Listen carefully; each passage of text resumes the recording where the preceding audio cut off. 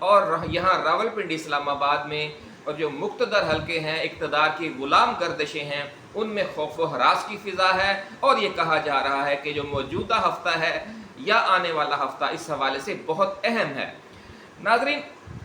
اس کی وجہ یہ ہے کہ اس وقت صورتحال یہ ہے کہ نگران حکومت سے ملکی معاملات چلائے نہیں جا رہے، اور عوام میں شریف خاندان، زرداری خاندان، جہانگیر ترین، پرویز خٹک، محمود خان اور مولانا فضل الرحمان کے خلاف نفرت اتنی زیادہ ہے کہ ان لوگوں کو الیکشن جتوانے کے لیے کوئی طریقہ سمجھ نہیں آ رہا اسٹیبلشمنٹ کو کہ کس طرح 15، 20، 25% ووٹ رکھنے والوں کو کس طرح کا کوئی ڈرامہ کر کے ملک میں الیکشن جتوایا جائے۔ یہ کسی کی سمجھ میں نہیں آ رہا، کیونکہ یہ خدشہ ظاہر کیا جا رہا ہے کہ اگر عام انتخابات کروائے گئے تو پولنگ ڈے پر جو صورتحال ہے وہ مقتدر قوتوں کے ہاتھ سے نکل سکتی ہے، اور 1970 جیسا کوئی رزلٹ بھی سامنے آ سکتا ہے۔ ناظرین، ان حالات میں اب دو ہی آپشن بچتے ہیں۔ پہلا آپشن یہ ہے کہ ملکی اور عالمی اسٹیبلشمنٹ جس طرح کا یہ کہہ رہی ہے کہ آپ عوام کی حکمرانی کا حق تسلیم کر لیں۔ ایک اسٹیبلشمنٹ کا، ہماری ملکی اسٹیبلشمنٹ کا بھی اور عالمی اسٹیبلشمنٹ کا ایک حصہ ایسا ہے کہ وہ یہ انہیں مشورہ دے رہا ہے کہ آپ عوام کی حکمرانی کا حق تسلیم کر لیں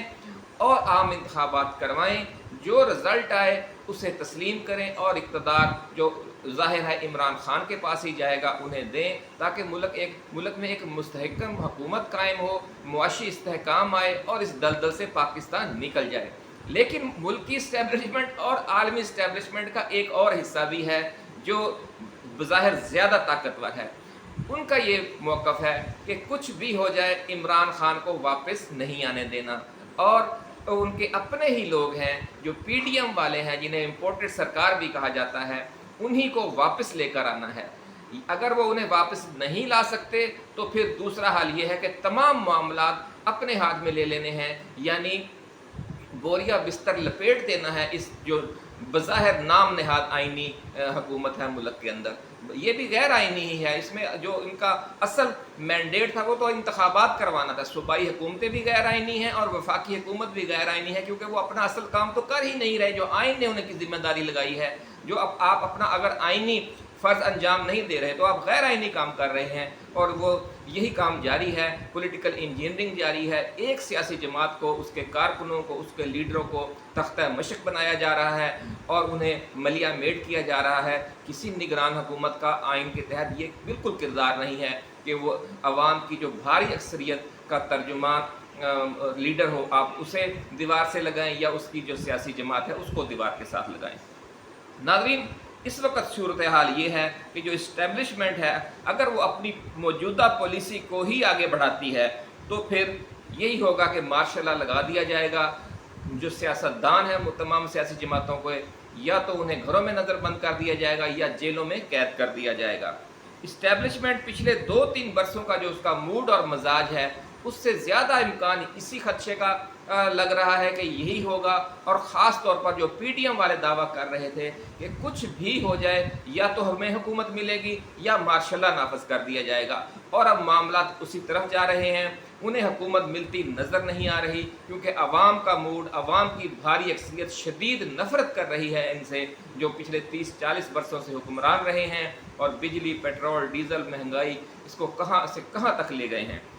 ناظرین، ایک امکان یہ بھی ہے کہ جس طرح پچھلے چند ہفتوں سے امریکہ، سعودی عرب اور چین کی طرف سے ملک میں عام انتخابات کروا کر جمہوری حکومت لانے کے لیے دباؤ بڑھایا جا رہا ہے، اور اس حوالے سے ہم سابقہ ویڈیوز میں آپ کو بتا بھی چکے ہیں، اس کے بعد اسٹیبلشمنٹ نے اپنا ذہن بنا لیا ہو اور عمران خان کے ساتھ اٹک جیل میں ہونے والے جو مبینہ ٹریک ٹو مذاکرات ہیں کہ کبھی ان مذاکرات کی خبر آتی تھی اور کبھی تردید آ جاتی تھی، وہ جو ہے مذاکرات وہ کامیاب ہو گئے ہوں، اور اب ملک میں عام انتخابات کروا کر فوج اور آئی ایس آئی کو ملک کی سیاست کی دلدل سے نکالنے کا آئینی راستہ اختیار کرنے کا فیصلہ کر لیا گیا ہو، یعنی یہ دوسرا آپشن ہے۔ اور سپریم کورٹ کے فیصلے کے ذریعے اب فوج کو سیاسی معاملات سے پیچھے ہٹا لیا جائے، یعنی ایک باعزت پسپائی کا راستہ اختیار کرے ہماری اسٹیبلشمنٹ، جو ہونا بھی یہی چاہیے، کیونکہ کسی کو بے عزت کرنا مقصود نہیں ہے۔ اصل معاملہ یہ ہے کہ تمام جو فریق ہیں، جو تمام کھلاڑی ہیں ٹیم کے، وہ اپنی اپنی پوزیشنوں پر کھیلیں گے تو ماشاءاللہ ٹیم بہت اچھا کھیلے گی، پرفارم کرے گی اور جیتے گی بھی۔ یہی فیصلہ اگر کیا گیا ہے تو بہت خوشائند ہے۔ سیاسی معاملات سے جب فوج کو پیچھے ہٹا لیا جائے گا سپریم کورٹ کے فیصلے کے ذریعے تو معاملات پٹڑی پر چڑھ جائیں گے۔ ہمیں دعا کرنی چاہیے کہ جو معاملات ہیں وہ کسی اچھے اختتام کی طرف جائیں اور ملک آگے بڑھے، پیچھے نہ ہٹے۔ ماشاءاللہ اگر لگا تو یہ پیچھے ہٹنے والی ہی بات ہوگی۔ تو ناظرین اب بات کرتے ہیں رٹ دائر کرنے والے شہری یا وکیل راجہ محمد ارشاد صاحب کی کہ وہ کون ہیں۔ انگریزی اخبار ڈان نے لکھا ہے کہ راجہ محمد ارشاد ایک سابق ایڈیشنل اٹارنی جنرل ہیں، جبکہ ایکسپریس نیوز اور روزنامہ ایکسپریس گروپ کا جو انگریزی اخبار ہے ایکسپریس ٹرائیبیون، اس نے لکھا ہے کہ راجہ ارشاد ماضی میں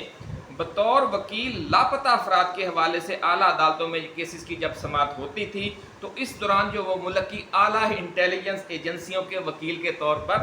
پیش ہوتے تھے۔ ناظرین ہمارے ذرائع نے بھی یہی خبر دی ہے کہ راجہ ارشاد کو آپ راجہ ریاض ہی سمجھیں۔ بات آپ کی سمجھ میں آ گئی ہوگی ناظرین کہ ذرائع کا یہ کہنا ہے کہ راجہ ارشاد کو آپ راجہ ریاض ہی سمجھیں، فیصل آباد والے راجہ ریاض، سابق اپوزیشن لیڈر راجہ ریاض، کہ جب وہ اپوزیشن لیڈر تھے بظاہر لیکن اندر سے وہ مسلم لیگ نون کے ہی بندے تھے۔ یہی وجہ ہے کہ اپنے ذمے جو ان کا کردار لگایا گیا تھا کہ آپ نے ایک نگران وزیر اعظم کے لیے بطور اپوزیشن جو نام پیش کرنا ہے وہ آپ ادھر سے پیش کریں، وہ ہمارا ہی بندہ ہوگا، تاکہ پھر یہ آئینی جو ایک طریقہ ہے وہ اختیار کر لیا جائے۔ اپنا یہ کردار ادا کرنے کے بعد انہوں نے اپنا جو لبادہ تھا اپوزیشن لیڈر والا وہ اوڑھا ہوا وہ اتار دیا اور فوراً لندن پہنچے اور جا کے مسلم لیگ نون میں اعلانیہ شمولیت اختیار کر لی۔ آپ یہ نہیں کہہ سکتے کہ شمولیت اختیار کر لی، کیونکہ مسلم لیگ نون میں تو وہ پہلے ہی تھے لیکن خفیہ طور پر شامل تھے۔ تو ناظرین ایڈیشنل اٹارنی جنرل بھی آپ کو پتہ ہی ہے کہ حکومت کا ترجمان ہوتا ہے اور عدالتوں میں سرکاری وکیل کے طور پر پیش ہوتا ہے، اور لاپتہ افراد کے کیسز میں جو وکیل ملک کی اعلیٰ انٹیلیجنس ایجنسیوں کی جا کر نمائندگی کرے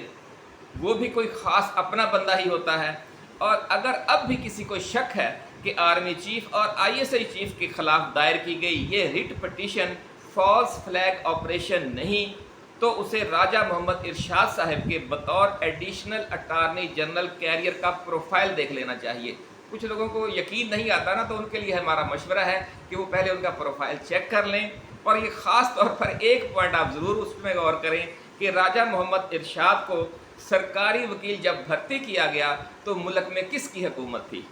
ناظرین جب کیس میں مدعی فریق، الزام علیہ فریق اور عدالت تینوں ایک ہی کیمپ سے تعلق رکھتے ہوں، اس کا فیصلہ کیا آئے گا؟ اس کے منطقی نتیجے کو سمجھنے کے لیے کسی راکٹ سائنس کی ضرورت نہیں۔ وہ مشہور شعر آپ کو یاد ہوگا کہ وہی مدعی، وہی منصف، وہی گواہ، حساب پاک ہوا، یہ خون خاک نشینہ تھا، رزق خاک ہوا۔ یہ وہ معاملہ لگتا ہے۔ دعا ہی کی جا سکتی ہے کہ اس معاملے کا جو بھی منطقی نتیجہ طے کیا گیا ہے اس میں ملک و قوم اور 25 کروڑ عوام کے لیے کوئی خیر کا ہی پہلو ہو۔ ناظرین اس ایکسکلوسیو ویڈیو کو اب ہم یہیں ختم کرتے ہیں۔ انشاءاللہ ایسی ہی ویڈیوز آپ کے لیے ہم لاتے رہیں گے، آپ کو خبر بھی دیتے رہیں گے، تجزیہ بھی دیتے رہیں گے اور پیش گوئیاں بھی۔ بابا جی داتا دربار والوں نے جس طرح کہا تھا کہ 2-3 سال حکومت کرنے کی خواہش مند جو نگران حکومت ہے اس کا سانس 2-3 ماہ کے اندر ہی پھول جائے گا، اور اس کے بعد 2 ہی راستے بچیں گے، یا حکومت کپتان کو دے دی جائے گی یا مارشل لا لگا دیا جائے گا۔ تو یہ مرحلہ آ گیا ہے ناظرین۔ اسی کے ساتھ اجازت دیجیے، آپ اپنے دوستوں، رشتہ داروں اور گرد و نواح میں رہنے والے تمام اہل وطن کا بہت خیال رکھیے گا۔ اللہ حافظ۔ پاکستان زندہ باد۔